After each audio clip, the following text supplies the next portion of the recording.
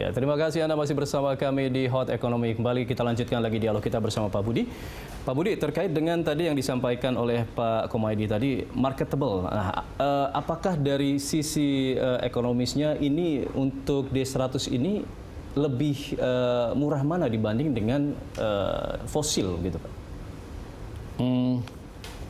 Kalau dari sisi teknis ya, sebagai contoh, ini kan yang unit kami gunakan itu adalah menggunakan unit untuk membersihkan solar dari sulfur. Oke. Itu adalah kapasitasnya adalah 8.000 barel per hari. Itu yang kami gunakan. Yang tadi solar fosil yang masih sulfurnya tinggi itu kita ganti dengan tadi RBDPO. Kita dapatnya cuma 1.000 barel per hari. Artinya apa? Memang secara investasi artinya kan memang lebih tinggi yang bahan bakar nabati ini kan. Ya. Proses produksinya yang mahal iya, gitu ya. Okay. Dan bisa cuma digunakan cuman 1/8-nya. Dari sisi itu dari segi investasi artinya kan. Karena kita menggunakan unit yang sama, equipment yang sama. Produksinya hanya 12,5% dari fosil. Kemudian dari sisi biaya operasi, dari sisi biaya operasi tadi memang secara kimianya itu kan bahan bakar nabati ini memang lebih bagus, tapi kita membutuhkan hidrogen yang lebih banyak untuk menghasilkan produksi D100 ketimbang hidrogen yang digunakan untuk membersihkan solar yang sulfurnya masih tinggi. Jadi perbandingannya adalah itu.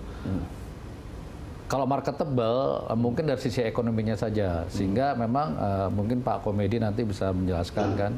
Dan yang paling penting sekarang ini kan Pak Agus Gumiwang kemarin kan juga hadir kan, dan beliau kan juga menyatakan kita akan membantu dari sisi komersialnya.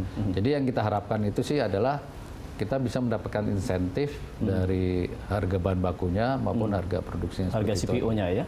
Harga CPO maupun dari produksinya itu sendiri. Bu Nike sempat mengatakan agar didorong DMO begitu, Domestic Market Obligation. Ya, DMO ini kan sama. Jadi DMO ini kan untuk yang batu bara kan, untuk PLN itu juga pakai. Untuk CPO juga? Ya, untuk CPO. Nah, nanti mekanisme seperti itu. Dan juga kan kalau kemarin waktu FAME itu kan sama, ada BPDKS itu, Badan Penyangga Dana Perkebunan Kelapa Sawit itu kan juga memberikan insentif kan. Kalau harga sawit sampai $600 per ton, kemudian kita didapat BPDKS itu mendapatkan insentif sekitar $50 kalau nggak salah per ton. Cuma mungkin mekanismenya sama lah seperti itu. Dan harapannya nanti dengan mendapatkan mekanisme yang sama seperti itu, nanti jadi marketable seperti itu. Oke, baik. Pak atau Prof. Subagio? Ya. Prof, ini untuk D100 ini kan tadi disampaikan masih dicampur dengan bahan bakar fosil dan juga B30 ya. Nah, kira-kira mungkin nggak sih kalau misalnya D100 ini murni digunakan untuk bahan bakar mobil atau kendaraan, dan seperti apa pengembangannya ke depan? Ya, kalau pengembangan ke depan untuk Indonesia sebaiknya saya kira masih campuran ketiganya itu. Jadi solar dari fosil, kemudian biodiesel, FAME, dan diesel biohidrokarbon. Kami sebut diesel biohidrokarbon, lalu kami beri singkatan D itu. Nah, komposisinya tergantung, pertama adalah keinginan pemerintah berapa. Misalnya ingin kadar nabatinya 50%, maka boleh kita buat B30, D20 misalnya begitu. Artinya 30% FAME, 30% biodiesel, 20% diesel biohidrokarbon, dan 50% adalah fosil. Bisa demikian, atau bisa juga B20, D30, itu artinya 20% biodiesel, 30% diesel biohidrokarbon. Itu saya kira adalah bahan bakar yang ideal untuk diesel, karena ada kelebihan dari biodiesel juga punya kelebihan, lalu diesel biohidrokarbon punya kelebihan gitu. Nah, untuk bisa dilempar ke pasaran produk ini ada proses apa lagi dan berapa lama lagi ini bisa dilempar ke pasaran, Pak? Atau Prof? Saya kira sudah bisa dipasarkan, tetapi saya kira harus juga tetap melalui pengujian. Jadi misalnya dari Lemigas melakukan pengujian, barangkali ada kelemahan-kelemahan. yang kami tahu diesel biohidrokarbon ini molekulnya adalah hidrokarbon, persis seperti molekul dari fosil gitu, sehingga mestinya tidak ada kelemahan-kelemahan yang akan dijumpai dari penggunaan diesel biohidrokarbon. Tetapi untuk meyakinkan mungkin perlu tetap dilakukan pengujian gitu. Peta numbernya sangat tinggi. Kemarin yang dibuat di Dumai itu mencapai kira-kira 83 atau kalau kami di laboratorium bisa sampai 90. Jadi memang peta numbernya antara 80 sampai 90. Kemudian kadar sulfurnya sangat rendah. Jadi ini semua kalau dicampur akan sangat baik. Oke, baik. Saya beralih ke Pak Komaydi. Ya, Mas Hendra. Ya, Pak Komaydi, terkait dengan tahapan-tahapan yang dilakukan oleh Pertamina dan juga ITB ini, Anda melihatnya apakah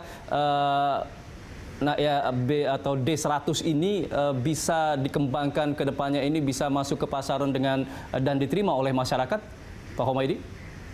Iya, secara teknis saya kira tidak ada keraguan yang dilakukan oleh teman-teman Pertamina dan ITB sebetulnya sudah selesai, bisa dikatakan demikian, Mas.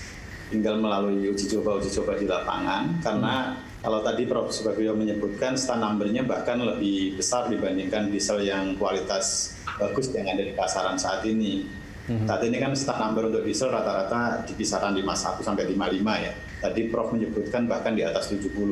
Ini kan sesuatu yang cukup luar biasa sebetulnya yang dihasilkan, Mas. Tetapi kembali lagi ke market, ke publik. Jadi ini perlu komitmen bersama, tidak hanya teman-teman di Pertamina yang menghasilkan secara teknis, tetapi juga masyarakat selaku konsumen, dan tidak kalah penting lagi adalah regulatornya, yaitu pemerintah, Mas. Jadi ini juga pasti akan lebih mahal dibandingkan biaya fosil. Pertama, dari bahan bakunya sendiri sudah mahal. Kalau kita hitung-hitungan kami dari Reforminer, bahan baku saja kalau kita konversikan per liter yang dihasilkan, antara crude dengan CPO, ini CPO rata-rata lebih mahal sekitar 1.500 sampai 2.000 rupiah per liternya, Mas. Ini baru bahan baku. Belum lagi kalau ada barang-barang atau katalis lain yang diperlukan, hal-hal lain yang diperlukan di dalam proses tadi, seperti Prof tadi sebutkan, Pak Budi sebutkan, ada beberapa hal yang diperlukan di dalam proses pengolahan itu sendiri. Selain bahan baku itu sendiri, tentu akan ada tambahan-tambahan biaya, sehingga kalau mau ini diserap pasar ya perlu dilakukan intervensi seperti yang dilakukan oleh pemerintah. Oke, baik. Ini bahan bakunya saja sudah mahal kalau misalnya untuk D100 ini, Pak. Ini insentif seperti apa yang sebenarnya dibutuhkan selain tadi DMO yang dibutuhkan oleh Pertamina, Pak? Ini bukan ranah saya sebenarnya. Tapi kalau bisa saya lihat sih sebenarnya seperti yang saya sampaikan tadi itu ya seperti itu aja. Misalnya BPDKS, Badan Penyangga Dana Perkebunan Kelapa Sawit itu kan memang PAME kan diberikan kalau harganya naik sekitar berapa? $50 seperti itu, atau memang misalnya pajak-pajak lah seperti itu, insentif-insentif memang bisa meringankan dari harga jual kita seperti itu. Nah sejauh ini kan baru diproduksi di kilang Dumai. Kedepannya apakah akan dikembangkan juga di kilang-kilang lainnya di Indonesia? Ya, jadi roadmap kita itu sebenarnya kami juga sudah uji coba untuk green gasoline ya. Sudah di Pelaju dan Cilacap itu di Pelaju itu malah 3 kali lah, karena green gasoline ini belum pernah ada di dunia. Selama ini hanya on the paper saja, rata-rata di Amerika, di Brasil yang banyak bahan bakar nabatinya. Nah kemarin juga tahun 2018 kita coba aja seperti itu. Kita masukin ke processing, ternyata memang kita bisa sampai 20%. Begitu juga yang di Cilacap kita juga sudah melakukan. Nah nanti kedepannya akan kita publikasikan. Kita sudah publikasi ke Singapura kemarin dan animonya cukup besar, dan sekarang ini teman-teman mau lihat lagi karena antara Cilacap dan Pelaju itu kan bahan bakunya kan berbeda, yang satu jenis gas oil, yang satu jenis residu. Kalau untuk green gasoline tadi itu progresnya sudah sampai tahap mana, Pak? Apakah sudah diuji coba juga? Enggak, kita belum. Belum. Karena kan kita mau lihat dari internasional itu seperti apa gitu kan. Makanya nanti kita mau publikasikan sekaligus mengembangkan bersama dengan lisensi proses yang memang sudah lama untuk membangun pabrik-pabriknya seperti itu. Dan yang kedepannya untuk yang green diesel ini nanti juga di tahun akhir 2021 ada juga salah satu unit yang mau kita kembangkan jadi 3.000 barel per hari. akhir tahun 2022 itu menjadi 6.000 barel per hari. Itu di mana? Di Dumai ini? Di Cilacap. Oh, di Cilacap. Salah satu unit, sama sih hidrotreater juga. Kemudian satu lagi ada yang grassroots, itu di Pelaju, 20.000 barel per hari seperti itu. Oke, baik Pak Budi dan juga Prof. Subagio serta Pak Komaydi, kita akan lanjutkan lagi perbincangan kita di segmen berikutnya. Pemirsa, kami akan segera kembali usai jeda.